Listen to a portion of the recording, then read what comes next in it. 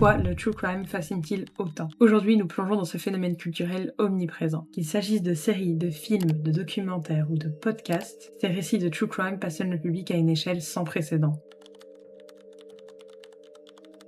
Le true crime est devenu l'un des genres dominants du divertissement dans le monde moderne, avec une production multimodale qui augmente chaque année. Les audiences affluent, cherchant un aperçu des crimes macabres commis par des personnes d'apparence ordinaire. Nous avons vu le succès phénoménal de séries comme Monstres, Dahmer, Sambre, The Long Shadow ou encore Soupçon. Les documentaires ne sont pas en reste non plus, avec des succès retentissants comme Don't Fuck with Cats, Making a Murderer et l'affaire Gregory. Sur Netflix, l'offre est si vaste qu'on pourrait faire défiler la page à l'infini. Mais face à ces histoires glaçantes, une question demeure. Pourquoi est-ce qu'on ressent cette sombre appétence pour le sombre, le sordide, l'abominable, voire l'insoutenable? Comment comprendre notre fascination pour ce qui nous raconte souvent le pire de l'humanité? Aujourd'hui, nous allons décortiquer les multiples raisons derrière cette addiction, des mécanismes psychologiques de contrôle aux impératifs sociaux d'autoprotection. Tout ça en passant par les dilemmes éthiques que ce genre soulève, les piliers psychologiques de la fascination. Notre intérêt pour le crime n'est pas nouveau, mais la façon dont on consomme ces histoires s'est transformée avec les médias numériques et le streaming, qui ont grandement facilité l'accès à ces contenus. Et la première raison de cette fascination est profondément ancrée dans notre psyché, la peur-plaisir et l'absence de distanciation. Le true crime exerce ce que le docteur Stephen Lowe, psychiatre légal, appelle la peur-plaisir. Cette situation paradoxale où on éprouve du plaisir dans une situation de peur. Alors que nous regardons ces contenus en toute sécurité chez nous, on a toujours l'impression de ne pas être complètement à l'abri. Contrairement à la fiction criminelle avec laquelle on peut facilement prendre ses distances parce qu'on sait que c'est faux, le true crime, lui, colle le plus possible à la réalité. Et cette absence de distanciation est cruciale. Le fait de savoir que les événements se sont réellement produits ajoute une couche de tension et d'urgence à la narration. Le sordide se rapproche et c'est ce qui donne un frisson particulier, le contrôle et la curiosité. Un trait fondamental humain est la curiosité. Curiosité qui nous pousse à vouloir comprendre, expliquer et finalement solutionner. Et cette curiosité, elle est fortement sollicitée par le true crime. Nous voulons savoir par quel déclic la mécanique meurtrière se met en branle. Consommer du true crime nous donne l'impression de comprendre et d'appréhender autrement les situations que l'on craint. Selon la docteure en analyse neuropsychologique Ariane Bazan, obtenir des images et des informations sur un true crime procure une forme de contrôle sur les événements. Et nous avons ainsi l'impression d'avoir toutes les clés pour prévenir ou pour survivre à une situation de ce genre. La catharsis est l'exutoire. Le true crime peut aussi servir d'exutoire. Chacun d'entre nous porte une part de violence. Et se plonger dans ces histoires de true crime peut permettre d'assouvir cette forme de violence interne sans nuire à la société. Ariane Bazan décrit ce phénomène comme un exutoire civilisé. De plus, ces affaires horribles nous offrent une forme de soulagement qui confine au Schadenfreude, la joie maligne. Car ça nous permet de nous dire « ouf !» ça ne nous est pas arrivé à nous, les mythes modernes et les questions existentielles. Le true crime remplit également une fonction de mythe moderne, prenant le relais sur les légendes d'autrefois. Ces récits interrogent sur la condition humaine. L'abjection du parcours d'un tueur en série, tel que Michel Fourniret, soulève des questions sur le moment de bascule vers l'inhumanité. Le true crime réactualise des questions séculaires. Un meurtrier était-il destiné à tuer en raison d'une enfance traumatique? Doit-il être considéré comme pleinement responsable? Ou est-ce qu'il est guidé par un déterminisme sociologique et psychiatrique? Nous cherchons à donner du sens au monde. Et la volonté de comprendre ces criminels dont les motivations semblent floues est centrale. Le côté pratique, justice et protection. Au-delà des raisons psychologiques, la popularité du true crime est également alimentée par son rôle pratique, que ce soit pour comprendre le système judiciaire ou pour apprendre à se protéger. Éclairage sur la justice et les réformes. Le true crime donne des éclairages édifiants sur le déroulement de la justice et le fonctionnement des enquêtes. Il met en lumière les ratages, le manque de coordination, l'importance des fichiers ADN, les coups de chance ou encore le flair des enquêteurs. Et d'ailleurs, dans le monde du true crime, certaines productions ont parfois mis au jour des dysfonctionnements, soulignant des lacunes qui ont été source de fiascos judiciaires ou policiers. Et ces révélations, elles ont parfois contribué à accélérer des changements législatifs majeurs, comme la création d'une brigade Cold Case dédiée à la résolution des crimes non élucidés, le rôle des énigmes non résolues. L'intérêt pour le true crime reste vif, surtout pour les énigmes non résolues. Par exemple, l'affaire Xavier Dupont de Ligonnès continue à soulever des questions sans réponse. Est-ce qu'il est toujours en vie? Et si oui, où se cache-t-il? De plus, le genre pousse parfois le public à se prendre pour détective. La série Don't Fuck with Cats montre comment des internautes ont réussi à identifier et à traquer Luca Rocco Magnotta. De même, suite à la diffusion de l'affaire Gregory, des groupes Facebook dédiés ont enregistré des dizaines de nouvelles adhésions, montrant la volonté du public de faire partie de l'enquête. Le true crime comme plateforme sociétale.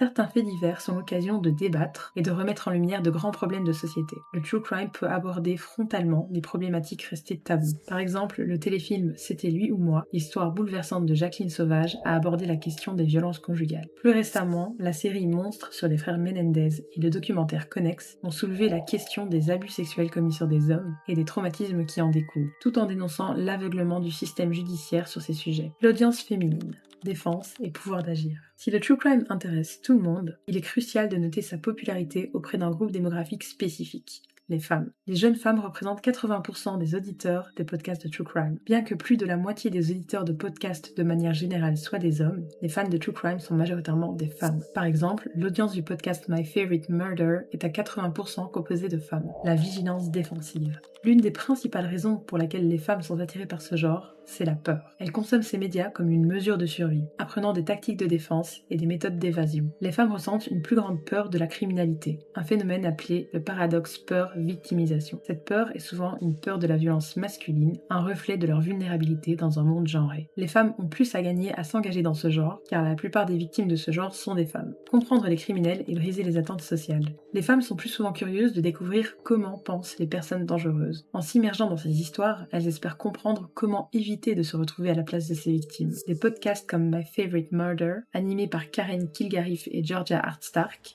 abordent le crime sous un angle féministe. Ces podcasts donnent aux femmes un sens de leur pouvoir d'agir sur leur vie. Le mantra « Fuck politeness ». La société a souvent placé les femmes dans un moule d'attente dangereuse. Être polie, bien élevée et montrer sa différence envers les hommes. Et le podcast My Favorite Murder a popularisé des phrases comme « Fuck politeness », c'est-à-dire « va te faire voir politesse » ou « au diable la politesse ». Ce concept n'est pas une invitation à l'agressivité gratuite, mais une stratégie à utiliser lorsque quelqu'un tente d'envahir votre espace. Il s'agit de se donner la permission d'agir dans son propre meilleur intérêt avant de considérer celui des autres. Ce mantra rappelle aux femmes qu'elles peuvent aller à l'encontre des attentes culturelles pour se protéger, brisant ainsi le moule de la déférence. Communauté et soutien.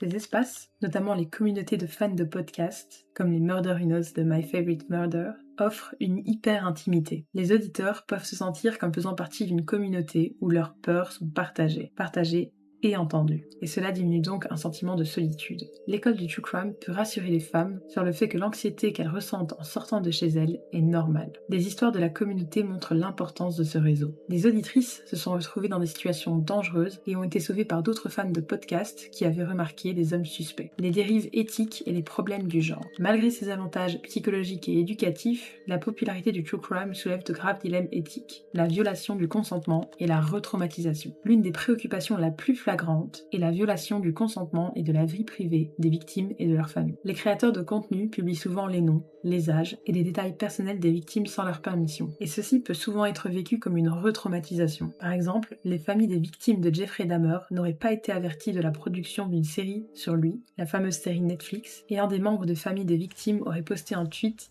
en disant que c'était retraumatisant encore, et pourquoi faire. Même si la sympathie est bien intentionnée, si elle n'est pas sollicitée, elle peut causer exposition et stress. La romantisation et la glorification des criminels. Le genre peut avoir une fâcheuse tendance à glorifier les auteurs de crimes. Offrir une tribune aux criminels alimente leur narcissisme. Les réalisateurs peuvent ainsi créer un lien émotionnel entre les auteurs de crimes et les spectateurs. Ceci est exacerbé par la romantisation des auteurs pour augmenter l'audimat. Par exemple, en engageant des acteurs séduisants pour jouer le rôle de tueurs en série. On pense notamment à Zac Efron dans le rôle de Ted Bundy. Et ça favorise une culture de fans toxiques, présentant les tueurs comme des sortes de bad boys romantiques. Les conséquences sont réelles, comme on l'a vu avec le mouvement Justice for Cameron, où des internautes ont plaidé pour la réduction de peine d'un meurtrier automobile en raison de son apparence physique, le trouvant trop mignon pour aller en prison. Il est crucial de se souvenir du monstre derrière le sourire pour ne pas trivialiser leurs crimes odieux. La dramatisation et le sensationnalisme. Pour attirer le public, les lignes narratives de True Crime sont souvent exagérées, dramatisées, exploitant la souffrance des victimes pour créer une histoire plus juteuse. Des créateurs vont jusqu'à créer des caractérisations fictives des personnes impliquées, inventant les pensées et les émotions des victimes pendant l'épreuve. La sœur d'une des victimes de Dahmer a exprimé le souhait que la série apporte des avantages tangibles, comme de l'argent, aux familles des victimes, si de toute façon il fallait monétiser ces histoires. L'éthique et les spectacles en direct et le profit. L'industrie du podcast en particulier a été critiquée pour ses spectacles en direct. Le fait de faire un véritable numéro de danse et de chant sur des crimes réels est perçu comme étrange et même écœurant. Certains éditeurs s'interrogent sur le fait de faire des profits en partageant des histoires de décès ou d'abus avec des fans qui les ont déjà entendus. Le risque est que la souffrance des victimes devienne une chanson et une danse pour le profit.